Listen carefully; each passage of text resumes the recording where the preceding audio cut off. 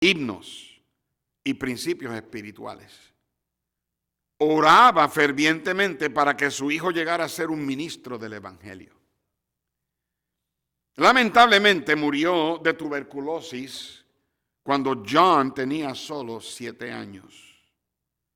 Una pérdida decisiva en su vida.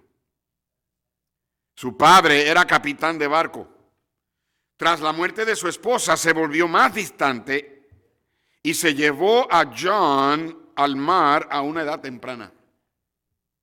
Desde los 11 años, John comenzó a navegar, pasando largos periodos lejos de casa y sin formación espiritual constante. Recibió poca educación formal. La ausencia de supervisión y disciplina espiritual provocó que se volviera rebelde, irreverente y dado a malas compañías. Más adelante, John recordaría que rechazó deliberadamente las enseñanzas cristianas de su madre. Aunque se apartó de la fe en su juventud, las semillas bíblicas sembradas por su madre nunca desaparecieron. Años después, esas verdades resurgen durante su conversión, evidenciando la influencia silenciosa pero permanente de una infancia marcada por la palabra de Dios. Su conversión fue profunda, marcada por la misericordia soberana de Dios, reflejando claramente la doctrina bíblica de la gracia inmerecida. Alguien me dijo una vez, si no fuera por la mala suerte, no tuviéramos suerte. ¿Ha escuchado eso antes? Y cuando vemos todo lo que está pasando en las noticias, en las redes sociales, a nuestros alrededores, en la televisión, vemos tantas malas noticias. Pudiéramos decir que si no fueran por las malas noticias, tal vez no tendríamos noticias. Pero gracias a Dios hay una buena noticia. Y de eso quiero hablarle. Es hora de una buena noticia. Padre, bendice el mensaje. Abre nuestra mente. Dame la atención de todos. Espero que nadie, Señor, se distraiga. No deje que su mente divague. Va a requerir que escuchen con atención a propósito para que este mensaje sea un mensaje que edifique sus almas, sus vidas, corazones. Ayúdenos a salir de aquí agradecidos por la gracia, maravillosa gracia, inmerecida, gracia de Dios por nosotros. Bendice ahora, oh Dios, te lo pedimos. En el nombre de Jesús. Amén. Pueden tomar asiento. Mi mensaje tiene que ver con la gracia de Dios. Pastor Mario, voy a usar este. ¿Qué es gracia? Le vamos a poner la definición de lo que yo creo que es gracia. Es el favor inmerecido y bondadoso de Dios mostrado a una persona que no la merece y que nunca la puede ganar. Vuelvo y lo digo. De hecho, vamos a decirlo todos juntos. ¿Qué es gracia? ¿Todos? Es el favor inmerecido y bondadoso de Dios mostrado a una persona que no la merece y que nunca la puede ganar. Si tú eres salvo en esta mañana, ¿eres salvo por la gracia de Dios o no eres salvo? Si usted ha de ser salvo esta mañana, si usted se encuentra aquí y no sabe que cuando muera va a ir al cielo, si usted ha de ser salvo, ¿usted será salvo por la gracia de Dios o no será salvo? Los primeros 3 capítulos de Romanos, el apóstol Pablo la pasa dando malas noticias. Él habla de la condición depravada del hombre. la condición depravada de la sociedad donde hombres se han ido en pos de deseos apasionados, desenfrenados, hombres con hombres, mujeres con mujeres. Habla de la sociedad toda desenfrenada, ingrata, desobediente, a lo que hemos llegado llega un punto donde Dios los entrega, les deja que hagan lo que les da la gana. Que se enreden, que se inunden en el pecado. Si eso es lo que quieren, pues al que no quiere caldo le dan 3 tazas. Pablo le está hablando a los paganos, le está hablando a los intelectuales, le está hablando a los judíos, le está hablando a los griegos, le está hablando a los gentiles y le está hablando a la humanidad entera, y llega a la final conclusión en Romanos 3:23, donde dice: por cuanto todos ¿qué? Pecaron y están destituidos de la gloria de Dios. Esas son las malas noticias.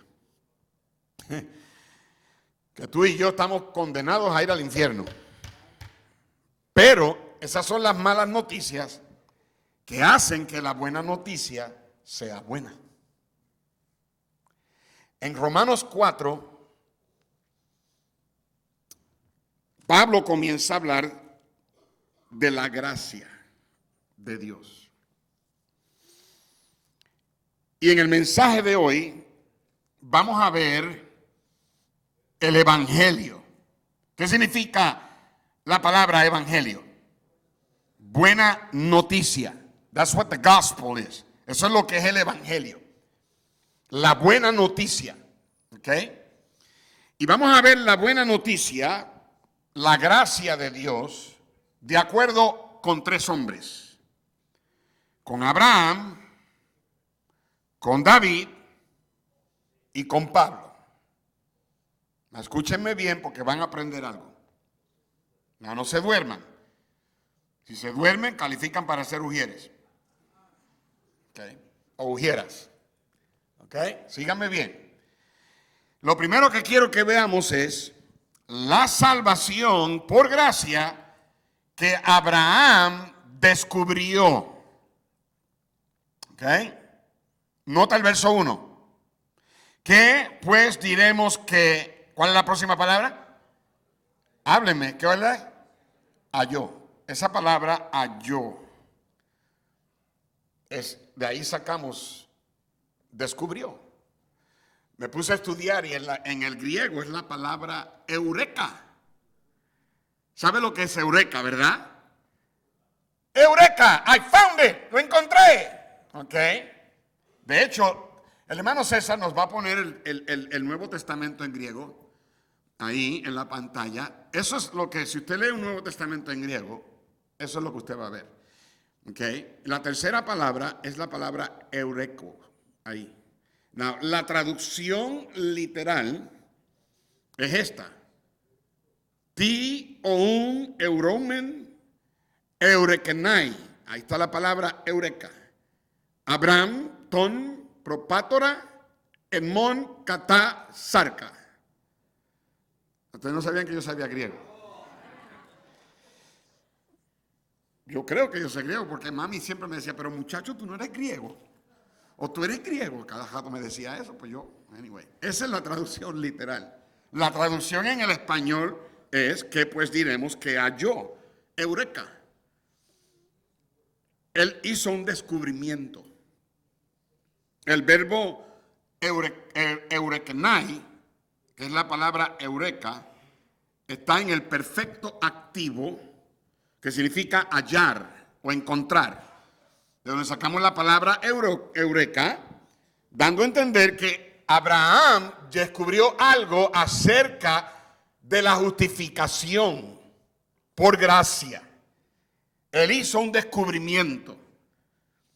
Ahora, Abraham fue el padre de la nación, ¿cuál? Hebrea, judía. ¿Ok? Abraham podríamos decir que fue el padre de la fe judía. Y en la mente de los judíos, si alguien podía ser justificado por obras, era Abraham. Si alguien podía llegar al cielo por medio de las buenas obras, era Abraham. Pero en el capítulo 4, verso 3, la Biblia nos dice que él fue salvo por fe. Dice, porque, ¿qué dice la Escritura? Creyó Abraham y le fue contado por justicia. Pablo está citando a Génesis. Si ustedes miran en la pantalla, en Génesis 15:6, dice la Biblia, y creyó a Jehová y le fue contado por justicia. Esa es la cita bíblica que Pablo está citando en Romanos acerca de Abraham. Dios había llamado a Abraham cuando él era un pagano en la tierra de Ur de los Caldeos, lo que hoy es Irak, en aquel tiempo Babilonia. Dios lo había llamado en Génesis 12:1. Dice, pero Jehová había dicho a Abraham, vete de tu tierra y de tu parentela y de la casa de tu padre a la tierra que te mostraré.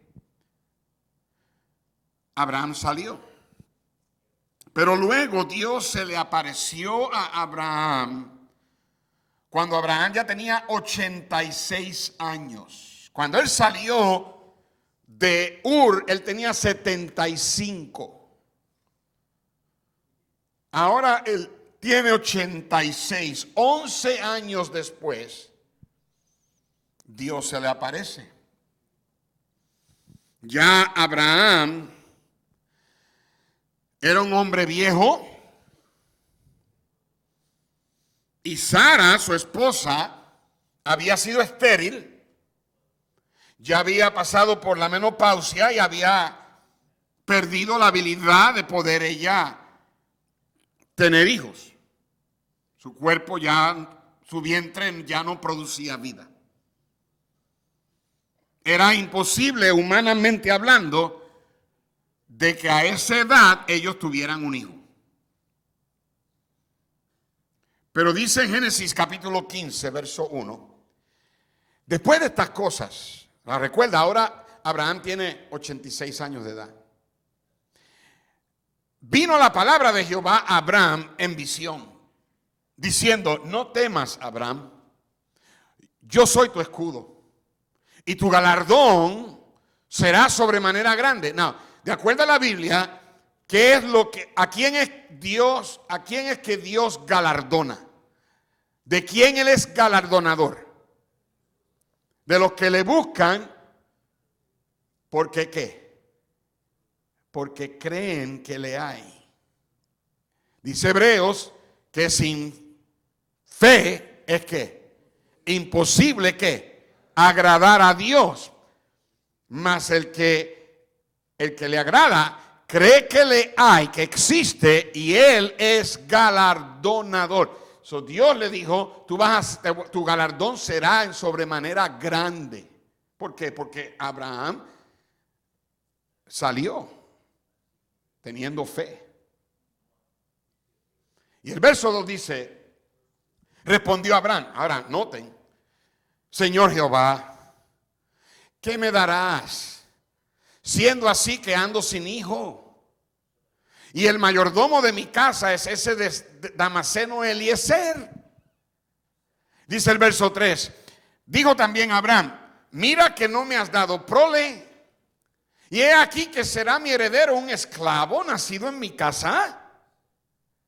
Y luego vino a él palabra de Jehová diciendo, no te heredará sino un hijo tuyo será el que te heredará. No, Abraham está pensando, ok, ya tengo 86 y mi esposa es estéril.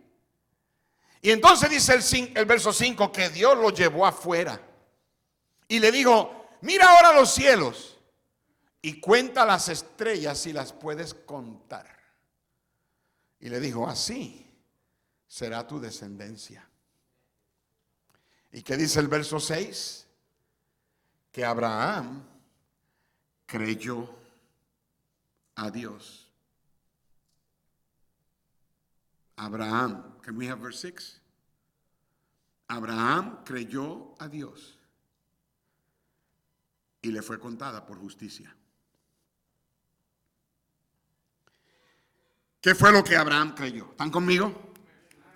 ¿Qué fue lo que él creyó? Bueno, él creyó en el milagro de que nacería un bebé de lo imposible. Isaac fue un bebé milagro, un prototipo del Señor Jesús, quien fue un bebé milagro nacido de una virgen. Abraham lo creyó. Abraham creyó que Dios le traería vida al vientre muerto de Sara, un prototipo de la resurrección de Jesús. Abraham tuvo una fe increíble en Dios y dice que esa fe le fue contada por justicia. Entonces, ¿qué fue lo que Abraham descubrió? Él descubrió que la salvación por gracia, míralo, exalta la gloria de Dios. En Romanos 4:2 nos dice la Escritura: porque si Abraham fue justificado por las obras, tiene de qué gloriarse, pero no para con Dios. Lo que significa simplemente esto, que la gracia de Dios salva de tal manera que Dios recibe la gloria. Si Abraham pudiera ser salvo por sus obras y jactarse o gloriarse, entonces Dios no recibiría la gloria. ¿Están conmigo? Él pudiera decir buenas cosas de sí mismo, pero no de Dios. Pero Abraham decidió creerle a Dios y eso le trajo la gloria a Dios. Hermano, mira, la mejor manera de tú y yo traerle o darle gloria a Dios es creyéndole. La gente trata de hacer un montón de cosas para darle gloria a Dios. Gente han dado sumas grandes de dinero. Gente ha caminado peregrinajes hasta de rodillas. Gente se ha mutilado los cuerpos. Gente hasta han imitado la crucifixión. Pero lo que glorifica a Dios es que le creamos a Dios. Cuando usted no le cree a Dios, la Biblia dice que usted lo hace a él un mentiroso. En primera de Juan 5, verso 10, el que cree en el Hijo de Dios tiene el testimonio en sí mismo. El que no cree a Dios le ha hecho mentiroso. ¿Me están escuchando, hermanos? Lo más grandioso que una persona puede hacer para glorificar a Dios es creerle a Dios. La fe agrada a Dios porque glorifica a Dios. En Hebreos 11:6 la Biblia dice: porque sin fe es imposible agradar a Dios, porque es necesario que el que se acerca a Dios crea que le hay y que es galardonador de los que le buscan. Y cuando alguien le cree a Dios, esa fe le trae a Dios la gloria. Dios entonces galardona a esos que le buscan o que le glorifican. Tú quieres agradar a Dios, créele a Dios. Créele a Dios. La fe no es decirle a Dios: Dios mío, pruébamelo y te creo. No, la fe responde a la naturaleza y el carácter de Dios. Escúchame, la fe cree a Dios no por lo que Él hace o lo que Él ha hecho, sino por quien Él es. Cuando mi ojo está bien, mi ojo responde a la luz. Cuando mi oído está bien, mi oído responde al sonido. Y cuando mi corazón está bien, mi corazón responde a Dios. Eso es fe. Eso glorifica a Dios. Si el hombre puede ser salvo por las obras, Dios no recibe la gloria. Pero cuando el hombre es justificado por la fe, Dios recibe la gloria. Yo me quedo sorprendido cómo la gente quiere mezclar las obras con la gracia y hacer algo para ser salvos. Hay algo en el orgullo humano que dice: yo quiero hacer algo yo por mí mismo. Supongamos que el hermano Ríos me dice: Pastor Dani, yo le amo tanto que le voy a comprar un carro nuevo. Y no lo quiero barato, por lo menos de $60,000. Y él me dice: Pastor Dani, le voy a comprar un carro nuevo.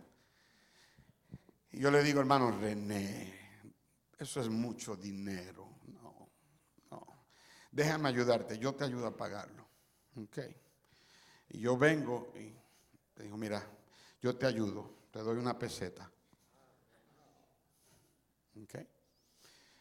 Y ahora el hermano René va a pagar $59,999 con 75 centavos y yo voy a pagar una peseta. Y yo estoy manejando el carro y el hermano José Miguel, que llega de Puerto Rico, me dice: Pastor Dani, ese carro está nice. Y yo le digo al hermano José Miguel: sí, el hermano Ríos y yo lo compramos.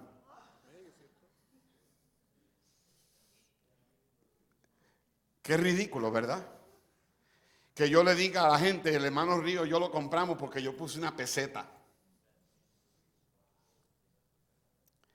Cuando tú le añades tus obras a la gracia salvadora de Dios, así de ridículo como darle una peseta al hermano René y decir que entre los dos compramos el carro, así de ridículo es decir que tu pequeña obra y la obra de Cristo en la cruz hicieron posible que tú fueras al cielo.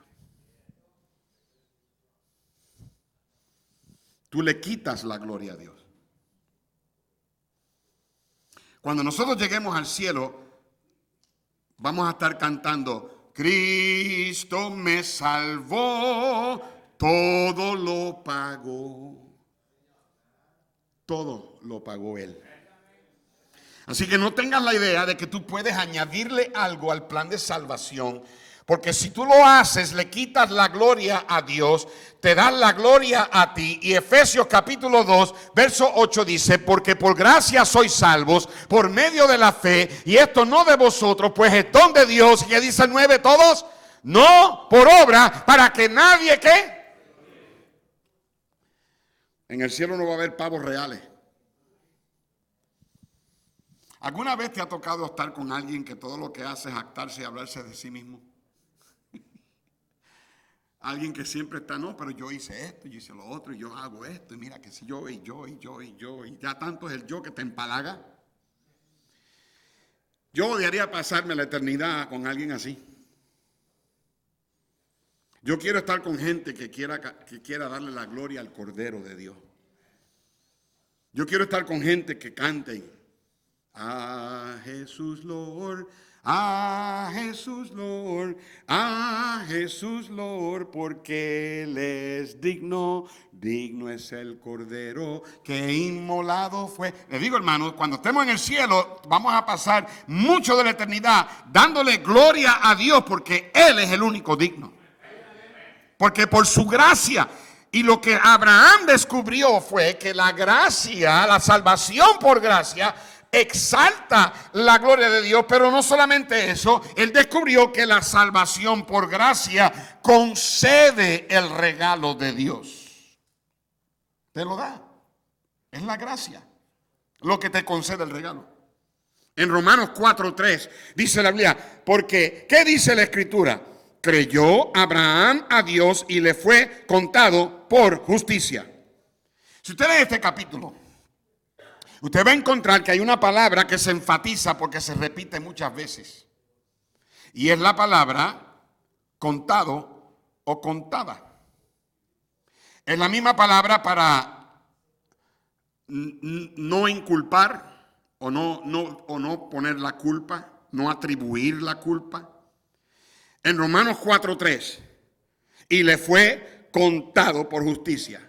En Romanos 4:6, como también David habla de las bienaventuranzas o de la bienaventuranza del hombre a quien Dios atribuye, ¿ok? O no cuenta, o le cuenta justicia sin obras, o le pone a su cuenta justicia sin obra. En el verso 8 dice la Biblia, bienaventurado el varón a quien el Señor no inculpa de pecado. Capítulo 9, el versículo 9. ¿Es pues esta bienaventuranza solamente para los de la circuncisión o también para los de la incircuncisión? Porque decimos que a Abraham le fue contada la fe por justicia. Verso 10, ¿cómo pues le fue contada? Verso 11, al final, a fin de que también a ellos la fe les sea contada por justicia. Verso 22, por lo cual también su fe le fue contada por justicia. Verso 23, y no solamente con respecto a él se escribió a que le fue contada. Verso 24, sino que también con respecto a nosotros, a quienes ha de ser contada. Está hablando de no culpar, de no atribuir culpa. Está hablando de acreditar algo que no debe estar en la cuenta. En el capítulo 5, verso 13, dice la Biblia, pues antes de la ley había pecado en el mundo, pero donde no hay ley, no se inculpa de pecado. En 2 Corintios 5, 19 dice que Dios estaba en Cristo reconciliando consigo al mundo, no tomándoles en cuenta a los hombres sus pecados. ¿Me están siguiendo, hermanos? Esta doctrina enseña que Dios imputa su justicia, que Dios acredita su justicia, que Dios atribuye su justicia, que Dios pone la justicia de Él en la cuenta del pecador y lo salva cuando Él cree.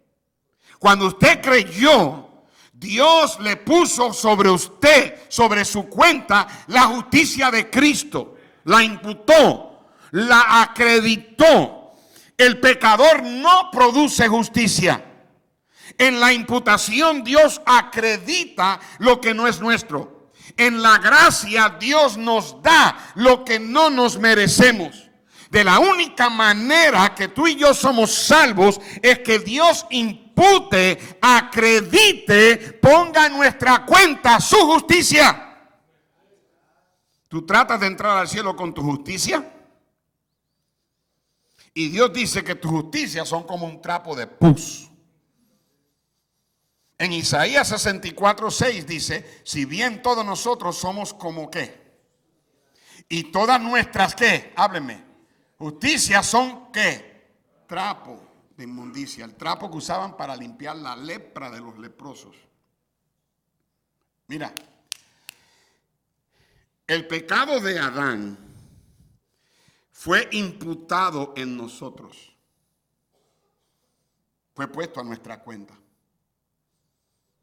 Fue acreditado a nosotros el pecado de Adán. Dice, pero pastor, yo ni estaba ahí.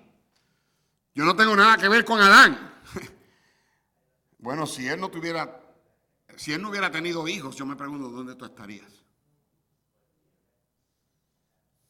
En Romanos 5:12 dice que, por tanto, el pecado entró en el mundo y por el pecado así la muerte pasó a todos por cuanto todos pecaron.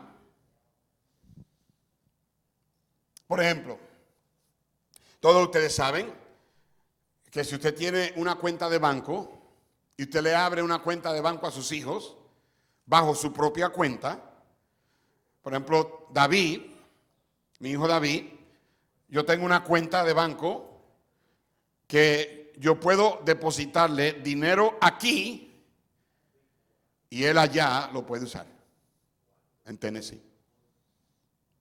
Y también puedo sacarle dinero de su cuenta, de los millones que él me debe. Así es. Dios, tú y yo podemos disfrutar de la justicia de Dios porque el Señor pone su justicia en nuestra cuenta. Nuestro pecado ¿Ok? El pecado de Adán fue imputado en nuestra cuenta. Si tú vienes de la descendencia de Adán, tú tienes el pecado de Adán imputado en tu cuenta. ¿Cuántos aquí vienen de la descendencia de Adán? Levanta la mano. Ya, si tú no estás levantando la mano, entonces lo más probable es que saliste de los changos o del mono. ¿Ok? Pero nuestro pecado fue imputado en Jesús. En Romanos 4, verso 24 dice, sino también con respecto a nosotros, a quienes ha de ser contada, esto es, a los que creemos en el que levantó de los muertos, a Jesús, Señor nuestro, el cual fue, ¿qué? Entregado por nuestras transgresiones. ¿Qué dice 2 de Corintios 5, 21? Que al que no conoció pecado por nosotros lo hizo, ¿qué? Pecado para que nosotros fuésemos hechos la justicia de Dios en él. Eso quiere decir que Jesús cargó con nuestro pecado en la cruz. Si usted lee el capítulo 16 de Levítico, no lo vamos a tomar a leerlo ahora por el tiempo, pero a ver, lo tienes en la pantalla, hermano. Ok, vamos a buscar rapidito ahí. Dice, habló Jehová a Moisés después de la muerte de los dos hijos de Aarón, cuando se acercaron delante de Jehová y murieron. Y Jehová dijo a Moisés, di a Aarón tu hermano que no en todo tiempo entre en el santuario detrás del velo. Ustedes saben que el santuario, el tabernáculo, tenía un patio allá afuera, el patio de reunión. Luego tenía un lugar santo donde entraba el pueblo. Y había un velo. Estaba la mesa el altar de bronce estaba frente al velo.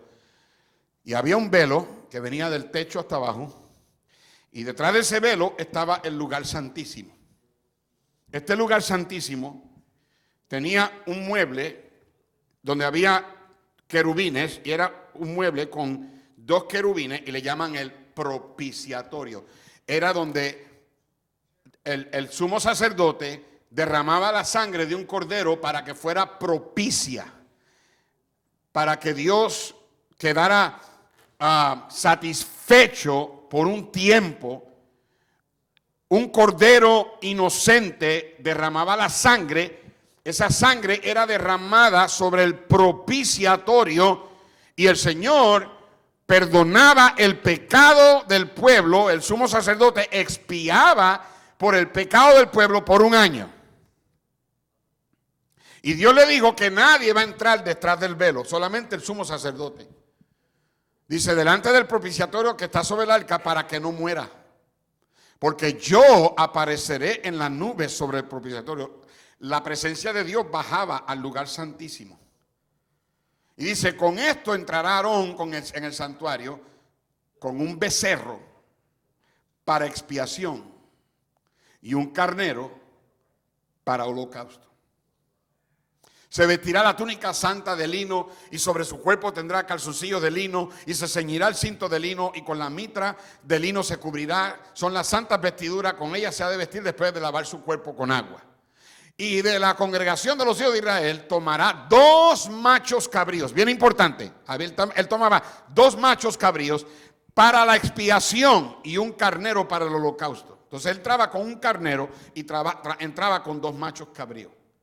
Y dice, y hará traer a Aarón el becerro de la expiación que es suyo, y hará la reconciliación por sí y por su propia casa. Entonces Aarón tenía que matar el becerro y él tenía que derramar esa sangre para expiar por el pecado de él y el de su familia.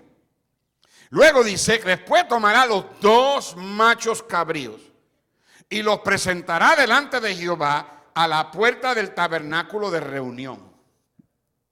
Y dice, echará suertes Aarón sobre los 2 machos cabríos.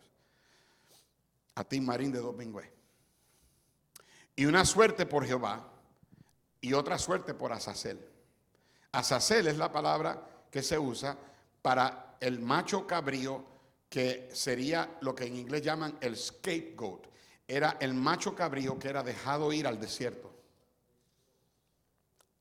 Entonces dice en el verso 9, hará traer Aarón el macho cabrío sobre el cual cayere la suerte por Jehová, y ese macho lo degollaba y agarraba la sangre y la derramaba sobre el propiciatorio. Ese era el macho cabrío que le pertenecía a Dios. ¿Están conmigo? Si abre los ojos es mejor, porque no creo que estás orando. Pero dice, mas el macho cabrío sobre el cual cayere la suerte por Azazel, el que se va a ir al desierto, él tomaba esa sangre y venía y ponía la mano en la cabeza de ese macho cabrío y confesando los pecados del pueblo, ponía su mano sobre la cabeza de ese macho cabrío y lo soltaba al desierto para desaparecer.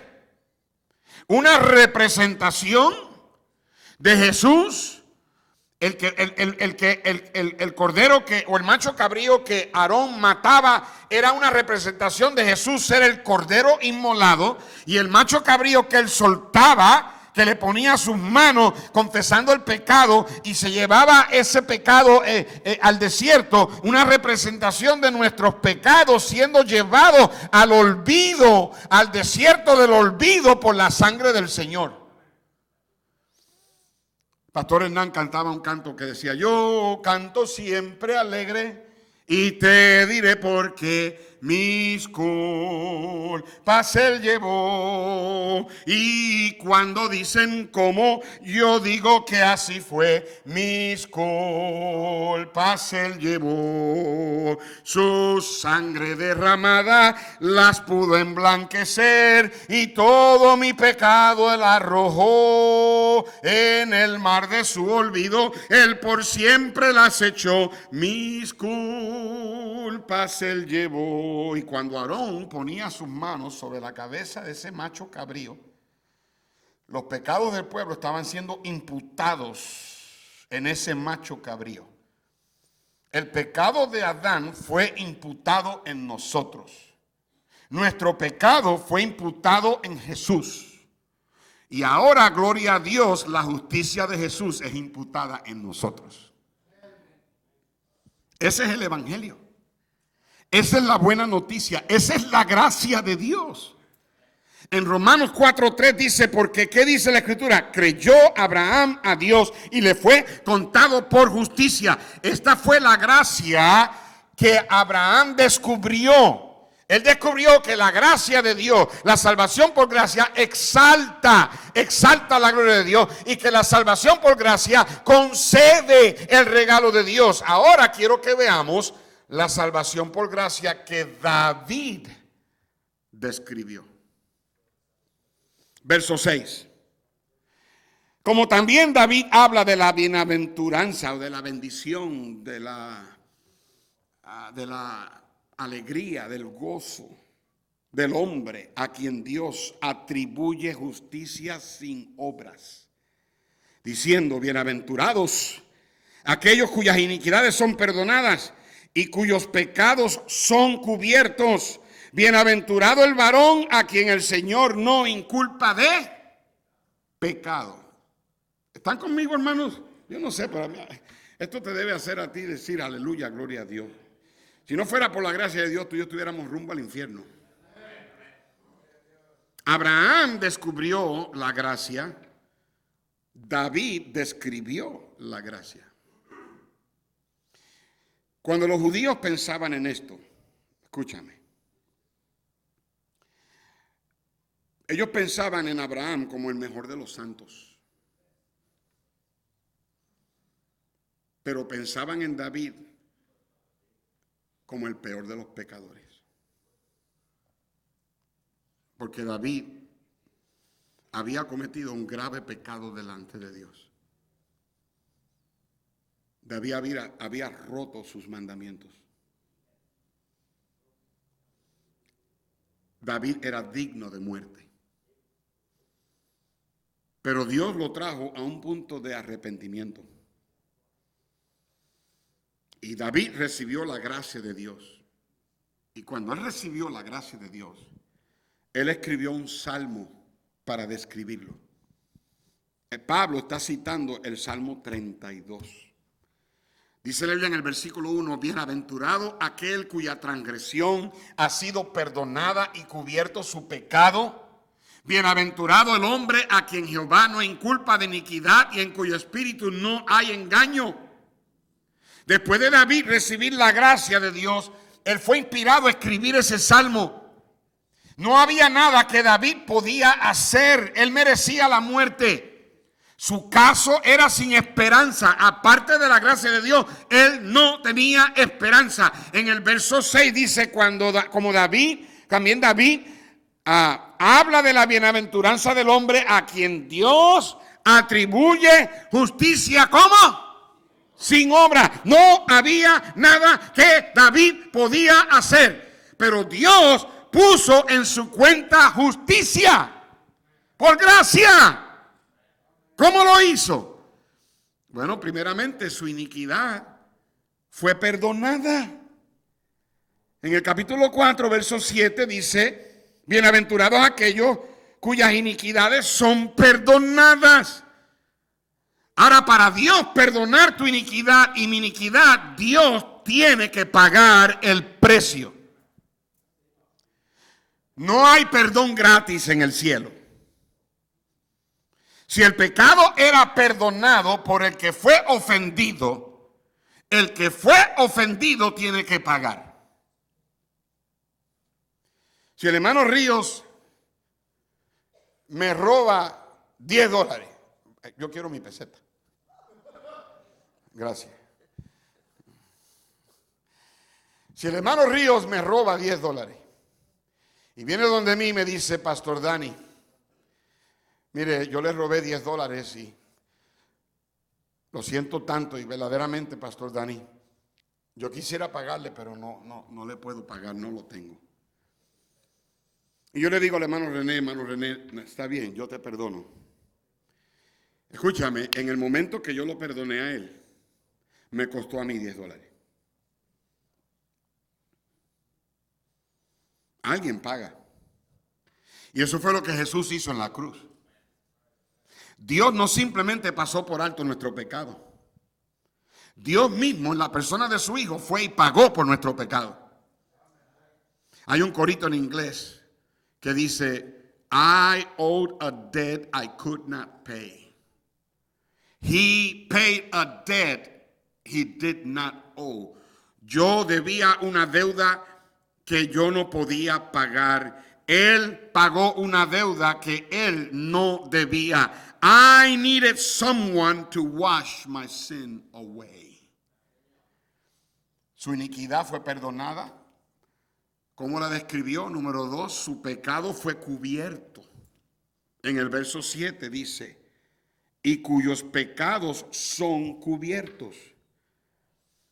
Aun si yo perdonara al hermano Ríos por haberme robado los $10, aún yo supiera que él me los robó. Pero con Dios no es así. La Biblia dice que Dios lo olvida. ¿Oíste eso? Dios lo olvida. En Hebreos 8:12 dice la Biblia, porque seré propicio a sus injusticias y nunca más me acordaré de sus pecados y de sus iniquidades. En Hebreos 10:17 dice, añade, y nunca más me acordaré de sus pecados y transgresiones. En Miqueas capítulo 7 dice, y volverá a tener misericordia de nosotros, sepultará nuestras iniquidades y echará en lo profundo del mar todos nuestros pecados. Gloria al Señor.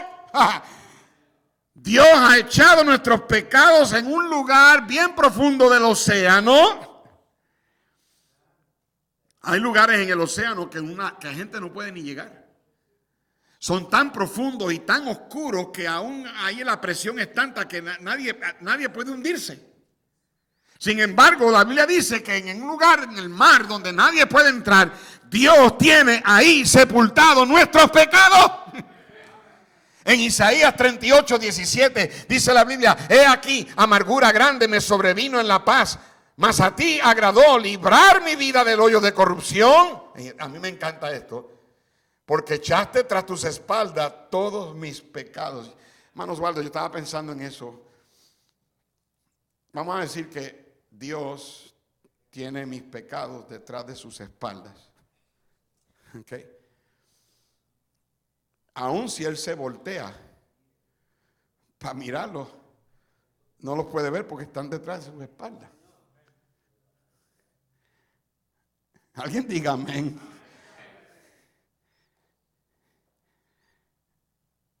En el Salmo 103, verso 12, dice: cuanto está lejos el oriente del occidente, hizo alejar de nosotros nuestras rebeliones. Usted puede medir el norte y el sur porque hay polos. Hay un polo norte y hay un polo sur. Pero el oeste y el este no tiene polos. Esta calle aquí, la Fox, va hacia el este. Y usted puede ir en el este y seguir yendo en el este y seguir yendo en el este. Y usted nunca va a llegar al oeste. Porque siempre va en dirección al este. De la única manera que puede ir al oeste dándose la vuelta y empezar a ir hacia el oeste. David describe la gracia de Dios diciendo: mi iniquidad ha sido perdonada. Mi pecado ha sido cubierto, pero se pone mejor. Y esto te debe hacer decir aleluya como un pente. En Romanos 4:8 dice: bienaventurado el varón a quien el Señor no inculpa de pecado. Dios no solamente perdona tu pecado, Dios no solamente cubre tu pecado, pero su cuenta ha sido borrada.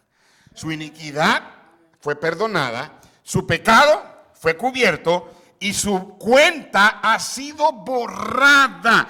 Cuando Dios te salva, ya Dios nunca más pondrá pecado en tu cuenta otra vez.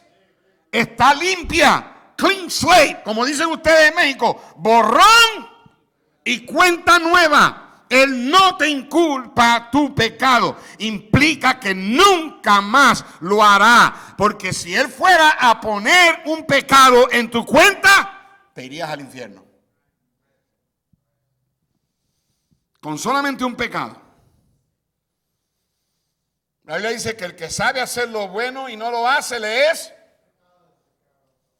La Biblia dice que lo que no es de fe es. Ahora, esto no significa que puedes usar la salvación como excusa para pecar. Porque Dios al que ama disciplina. Y azota a todo aquel que recibe por hijo. Ahora, puede que Él te discipline, pero Él nunca va a poner ese pecado en tu cuenta. Si fuera a imputarlo, si lo fuera a acreditar a tu cuenta, tendrías que volverte a convertir. Y volverte a convertir. Y volverte a convertir. Y si ese es el caso, ¿te imaginas cuántas veces el hermano Tony se tendría que convertir? Pregúntale a la hermana Rachel. No. Yo le doy gracias a Dios que una vez salvos somos salvos para siempre. Y esa es la razón, porque Dios no imputa, Él no inculpa nuestro pecado, ya no lo atribuye, ya no le escribe en la cuenta. Cuando tú entiendes la gracia de Dios, eso es lo que te hace cantar: maravillosa gracia. Es algo que nuestra mente no lo puede comprender, es un favor inmerecido, es lo que nos hace cantar. Sublime gracia de Señor, que a un infeliz salvó. Abraham descubrió esta gracia. David describió esta gracia. Ahora, por último, la salvación por gracia que Pablo demuestra. En los versos 9 al 11 hay una palabra, o hay dos palabras que se repiten, es la palabra circuncisión, incircuncisión. Los de la circuncisión es el pueblo hebreo, el pueblo judío. Los de la incircuncisión somos los gentiles. Pablo le está hablando aquí a los romanos, gente que no era judía, eran gentiles. Y consecuentemente nos está hablando a nosotros también. Aquí nadie es judío.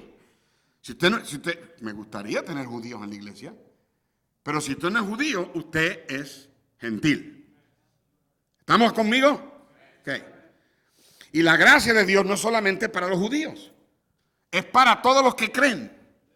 Abraham descubrió esta gracia, David describió esta gracia, ahora Pablo demuestra esta gracia, la da a conocer.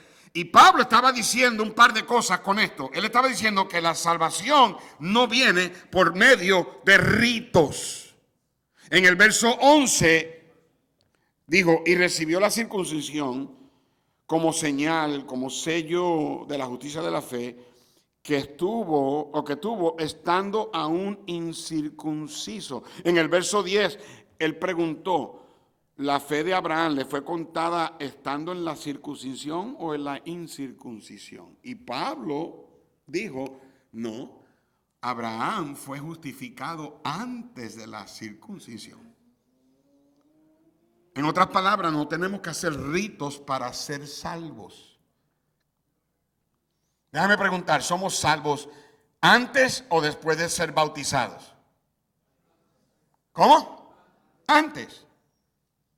Cuando Pedro bautizó la casa de Cornelio, él preguntó, ¿qué impide que estos que han recibido el Espíritu sean bautizados? En Hechos 10:47, él dijo entonces, ¿puede acaso alguno impedir el agua o el bautismo para que no sean bautizados estos que han recibido el Espíritu Santo también como nosotros? Pablo estaba demostrando que la salvación no es por medio de ritos, no es por medio de que usted haga algo, no es por medio de que usted se bautizó cuando era bebé. ¿Cuántos de ustedes aquí fueron bautizados de bebé? A ver, levanta la mano todos los católicos aquí. ¿Cuántos de ustedes sabían lo que estaban haciendo cuando lo bautizaron?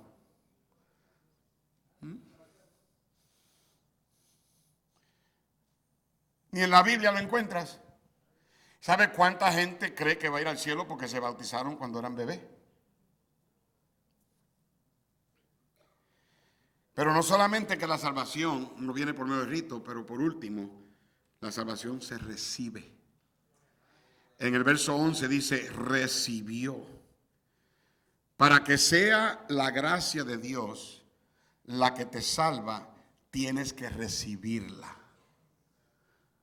Hay un hombre que se llamó William Cowper. ¿Alguien conoce ese nombre? Yeah, I figured you would. William Cowper. ¿Sabe quién fue William Cowper? William Cowper fue un hombre que sufrió de mucha depresión, mucha ansiedad, mucho desánimo, al grado de que él trataba de matarse. Varias veces trató de matarse. Trató de poniéndose una pistola en la cabeza y cada vez que lo hacía se cambiaba de pensar. Trató de tirarse en un río y fue varias veces para tirarse. Y un día alguien le habló de Cristo y él aceptó a Cristo como su Salvador. Y William Cowper escribió ese precioso himno que cantamos aquí a cada rato. Hay un precioso manantial de sangre de Manuel que purifica a cada cual que se sumerge en él. Canten, que se sumerge en él, que se sumerge en él, que purifica cada cual que se sumerge en él. Esa es la gracia de Dios. Esa es la buena noticia. La gracia que Abraham descubrió, la gracia que David describió, La gracia que Pablo demostró, y eso es lo que tú y yo necesitamos. La sublime gracia de Dios. John más adelante recordó que deliberadamente él rechazó las enseñanzas de su cristiana madre. Y aunque se apartó de la fe en su juventud, las semillas bíblicas sembradas por su mamá nunca desaparecieron. Años después, esas verdades resurgen durante su conversión, evidenciando la influencia silenciosa pero permanente de una influencia marcada por la palabra de Dios. Su conversión fue profunda, marcada por la misericordia soberana de Dios, reflejando claramente la doctrina bíblica de la gracia inmerecida. Y antes de conocer verdaderamente a Cristo, John llevaba una vida de rebelión abierta contra Dios, lenguaje blasfemo, inmoralidad, participación activa en el comercio de los esclavos. Él mismo se describía como un hombre endurecido y ciego espiritualmente. La noche del 10 de marzo del 1748, mientras viajaba a bordo del barco Greyhound en el Atlántico Norte, una violenta tormenta puso la nave al borde del naufragio. El barco comenzó a llenarse de agua. La tripulación esperaba una muerte segura. John, en desesperación, clamó a Dios por misericordia, algo que no hacía desde su infancia. Más tarde escribiría: fue la primera vez que en muchos años pensé seriamente en Dios. Este clamor no fue aún una conversión plena, pero sí el inicio de un despertar espiritual. Después de la tormenta, comenzó a leer la Biblia, especialmente el Nuevo Testamento. Abandonó su blasfemia, algunos pecados evidentes. Reconoció que su salvación dependía exclusivamente de la gracia de Dios, no de sus obras. Y John Newton consideró el 10 de marzo de 1748 como la fecha de su conversión, no porque desde ese día fuera perfecto, sino porque Dios intervino soberanamente. Su corazón fue quebrantado, comenzó una vida de arrepentimiento continuo y de fe. Escribió libros y escribió sermones, de los cuales probablemente tú no estás familiarizado con ellos, pero escribió un himno que, si has estado en la iglesia lo suficiente, lo has escuchado. Un himno que también el mundo secular conoce. Su experiencia quedó inmortalizada en el himno Amazing Grace. Sublime gracia del Señor, que un infeliz salvó. Él dijo: la gracia me enseñó a temer y la gracia alivió mi temor. Ese himno no es teórico. Es el testimonio autobiográfico de un pecador rescatado por la gracia de Dios. Si tú eres salvo porque Dios te salvó por su gracia.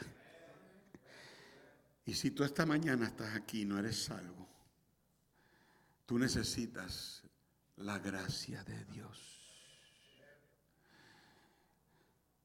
Mucha gente cree en Jesús. En Apocalipsis dice: el que tiene sed, venga.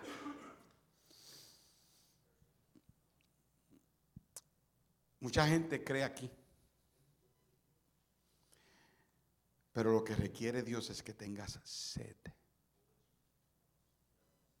Tú tienes que llegar a la conclusión de que si tú mueres sin Cristo te vas a ir al infierno para siempre. Y tienes que tener sed. Señor, sálvame. No seas como ese que oraba y decía: Señor, te doy gracias que yo diezmo, te doy gracias que yo no soy ni como ese pecador. Mientras que el otro decía: oh Dios, golpeándose el pecho, sé propicio a mí, un pecador. Y es solamente cuando tú tengas la sed, reconozcas que solamente es por la gracia de Dios que Dios te salva, que Dios te salvará. Y si tú eres salvo en esta mañana, si eres salva, me temo que nos hemos olvidado de la bendita doctrina de la gracia, ¿sabe cuánta gente ya no aman a Jesús? Isaías dijo, un hombre despreciado y desechado. La gente vende a Jesús hoy por pasatiempos, por dinero, por trabajo. Los cristianos ya no creen, ya no reconocen la maravillosa gracia. Cabezas inclinadas, ojos cerrados. ¿Cuántos dicen en esta mañana, Pastor Dani, a mí Dios me habló? Pude entender mejor, pude